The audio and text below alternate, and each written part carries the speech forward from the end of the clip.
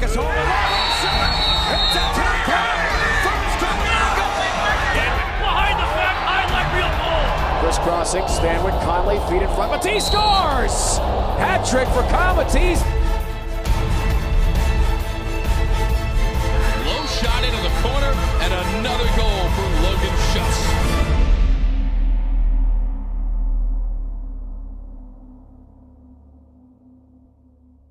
We're Socius. We partner with organizations to leverage technology to accelerate their growth and profitability. Socius has really partnered with us to learn our business, understand our needs. Since they've sat on both sides of the desk, not only as implementation experts, but also people who actually use the accounting systems, they were able to build solutions that really help my staff. The breadth of knowledge that Socius delivers in multiple areas of the business has been remarkable. We're Socius. Get to know us and what we can do for you.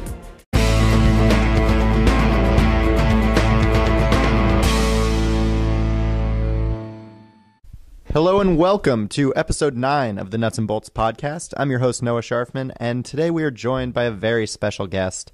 He is our first return guest on the Nuts and Bolts podcast presented by Socius, and I am pleased to welcome into our beautiful studios in Powell, Ohio, the one, the only, Dominic Vito Marzano. Thanks, Noah. Great to be back. So, Dom, let's talk a little bit about the last time you were on the podcast. For starters, it was our most watched or listened to podcast in the history of the podcast. So, from that standpoint, it's probably you that's making this so successful. The other thing is that you did it with intern Brian, who his podcasts seem to be significantly higher viewed than my podcasts. So, is there something you guys are working on, or am I just not taking these hints well? One, you're not taking the hints well, no. But two, I think I have a lot of family that may or may not have watched that several times. Well, to all the family out there that's related to Dominic Vito Marzano, thank you for supporting the Nuts and Bolts podcast presented by Socius. All right, Dom, let's get into lacrosse now. And your coach at Wilmington College, we talked a lot about that last time. It's recruiting season, isn't it? How's that going? It's going well. It's going really well. A lot of I kind of recruit regionally. Stick to my Midwest guys is kind of what, I'm trying to build a program off of. So, Ohio State does a great job of running tons of camps and clinics and top 200s. Got a chance to go out and see some great talent at the Under Armour Midwest tryouts and the Brine National Lacrosse Classic team, the Pride of Ohio tournament. So I've been out and around, and I'm excited to get that next grade going. So I'm going to take you back a few years. You were a standout in high school in lacrosse in Ohio, and now you've been coaching a little high school lacrosse. You're now onto the college game. You're in the pro game here. How have you seen Ohio lacrosse develop from the time you got into the game to what you're recruiting now in the kids? Oh, it's light years ahead. It's actually more the growth of it. I graduated from Hilliard-Davidson High School in 2002, and we had a little over 40 teams in the state. And now you look at it and just it's unfortunate it's been 12 years since I graduated from high school, but it's already got over 100 some teams, maybe up in the 120 range. And with that kind of growth, it's great. And there's a lot more talent out there to go along with the growth of college lacrosse. There's a ton of Division III schools popping up, especially in Ohio, our whole conference, and then in the outer states, the surrounding states as well. So it's been great to see it, and it's actually helping all of our conference, especially be good right away. So the Wilmington team, I've been a fan for about a year now, maybe a little less, since I met you, really. So 7 months, 8 months. Big fan of Wilmington lacrosse. I actually have applied for a graduate assistantship with the lacrosse coach. He hasn't gotten back to me, though. So if you know him, put in a good word. How's the team going to look next year? I've met some of the guys. Kind of tell me, offense, defense, nothing John Carroll could take away and beat you guys with, but just a little bit insider information here. Yeah. Oh, yeah. Great, man. We got, we've built it. It'll be year 3. So we got a bunch of guys who've been grinding out with us since year 1. And all those guys that have worked their tails off to start this program with me have developed very well, and they'll be in their junior year. And so we're going to bring a lot of leadership into next year. And the big thing is, and the good thing is, that everybody has played a significant amount. So they're going to take a wealth of experience with them. And that's really going to help out because, we're still going to have to play some freshmen. And it's going to help them out transition real quick. The guys that we have working internships on game day for the Ohio Machine are you know them. They're pretty hardworking kids, and that's kind of the the character of the team that we have right now is they just work their tails off and really want to get better daily. So we'll see where we're at, but I'm really excited to get going right after Labor Day with our fall season.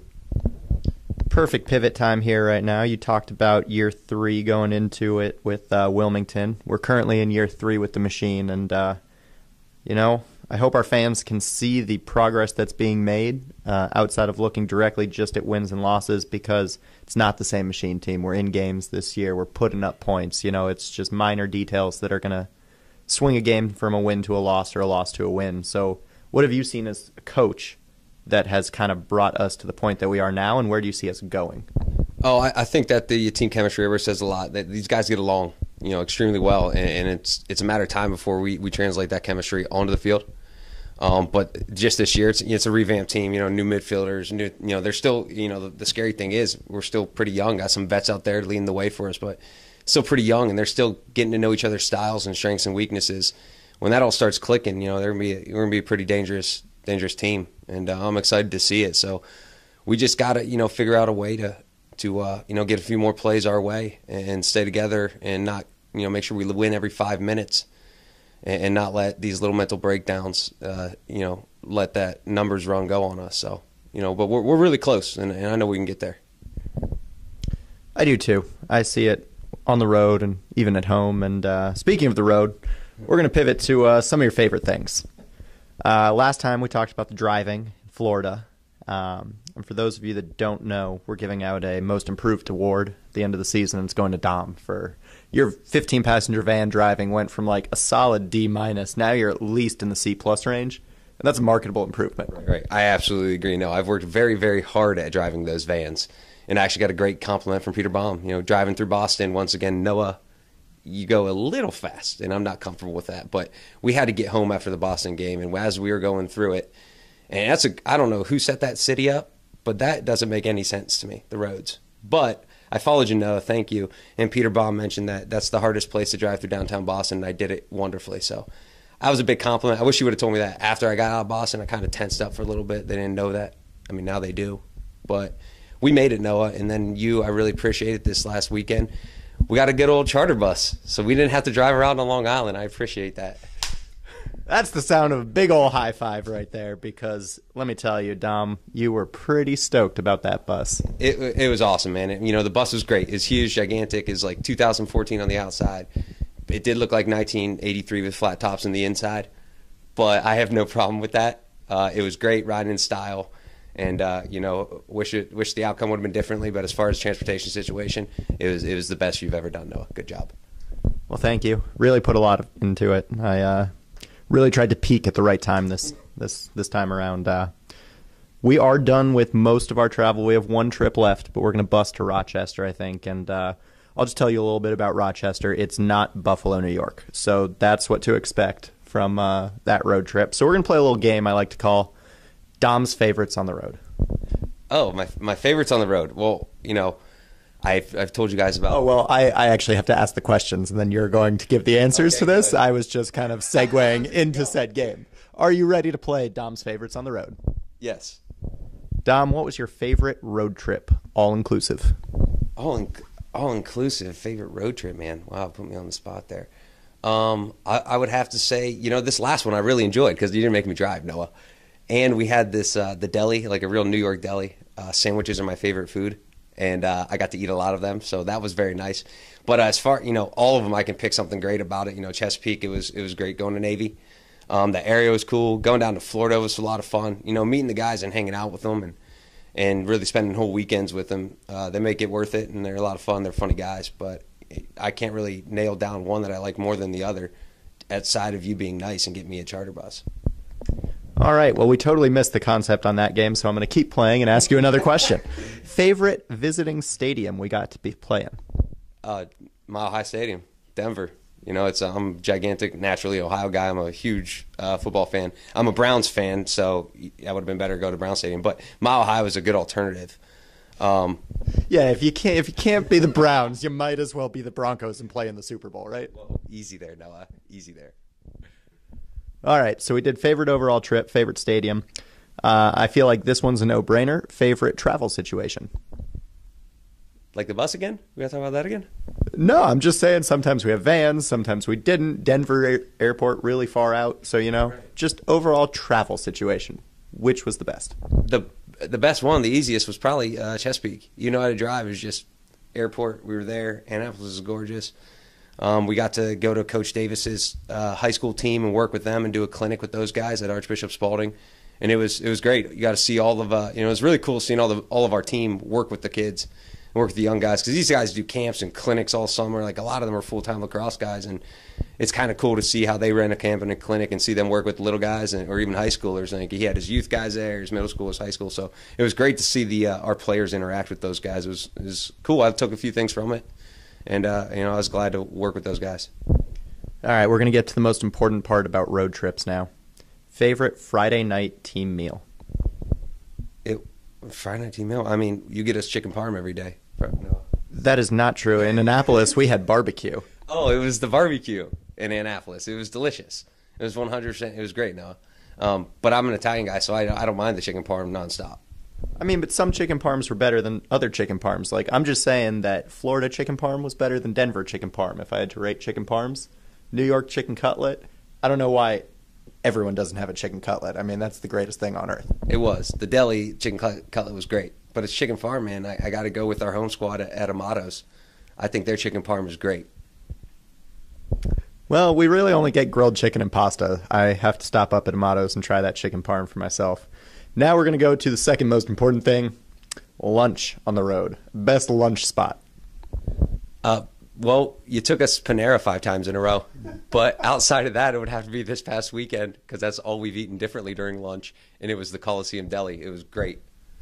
I'm going to have to agree. Coliseum Deli was the best lunch spot. And for the record, I got to defend myself. It was Panera twice, and we happened to do a lot of turkey sandwiches because it's light, we play well, can't really mess with food and stomachs on the road. That would just be a nightmare. So I'm sorry, but I also got you free lunch 7 weeks this year. So you're welcome. And finally, the most important question about Don Marzano on the road. Who was the best roommate you ever had on the road? It would have to be you, Noah, since I didn't have another one. But we just bunked up, and I felt like I was part operations guy as well. But we made it happen, man. We got one more left. And I'm glad to just get a home stretch and fill up Selby Stadium here in the next few weeks.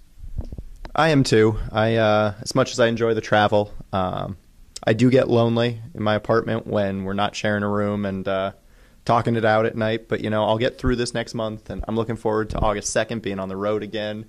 I did have one difficulty when I was in a hotel room with another friend one weekend that we weren't traveling, and you take such good care of me that I actually had no idea where my bags were, where my toiletries were, because sometimes when I show up on the road with you, it's just all set. So personally, as much as I'm the ops guy and I take care of our traveling party of 25, I'm glad to know that I have Dom Marzano, assistant coach, equipment manager, part-time ops guy to take care of Noah. No problem, Noah. I'm happy to help out. All right, and I got one last question for you as we wrap up this episode of the podcast. On the sidelines, there have to be some just hysterically funny interactions with you and the players.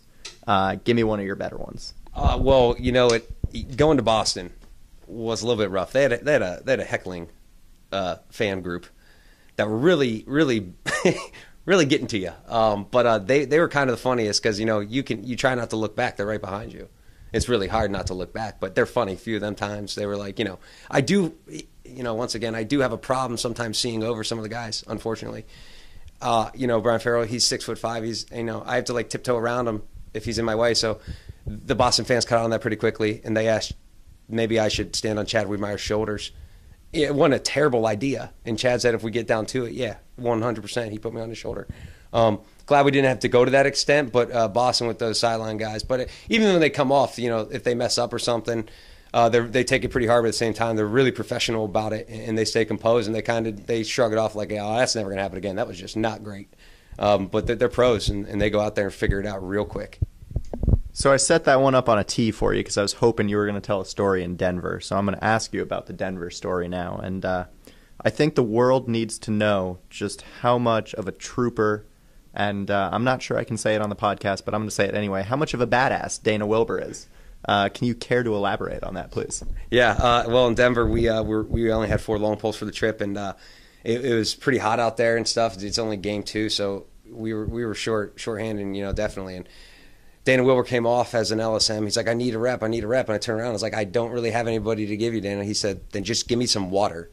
And to that day, I kind of say that's Dana's mentality, getting to know him. And he just said, give me some water. I did, and he played the rest of that game somehow. But that would be a sideline guy that was just kind of, like you said, a BA.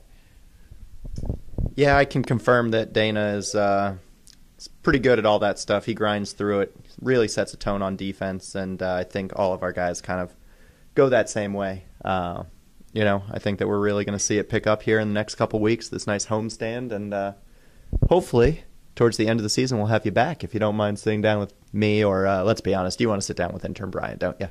I do, Noah, absolutely. And now all of our listeners know why it's been so difficult for me to book podcast guests. It's because they all prefer intern Brian to your host. Well, that wraps it up. Dom, thank you so much for stopping by. I really appreciate all the work you do for the guys. I know the guys appreciate it. They actually were texting me earlier and saying how good of a job you do.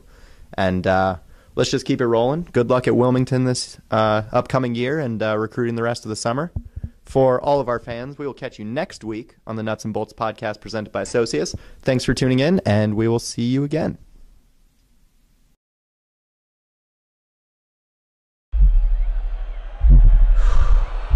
Time to oil up. We check athletes from head to toe before the season starts to make sure you don't hit the wall when it matters most.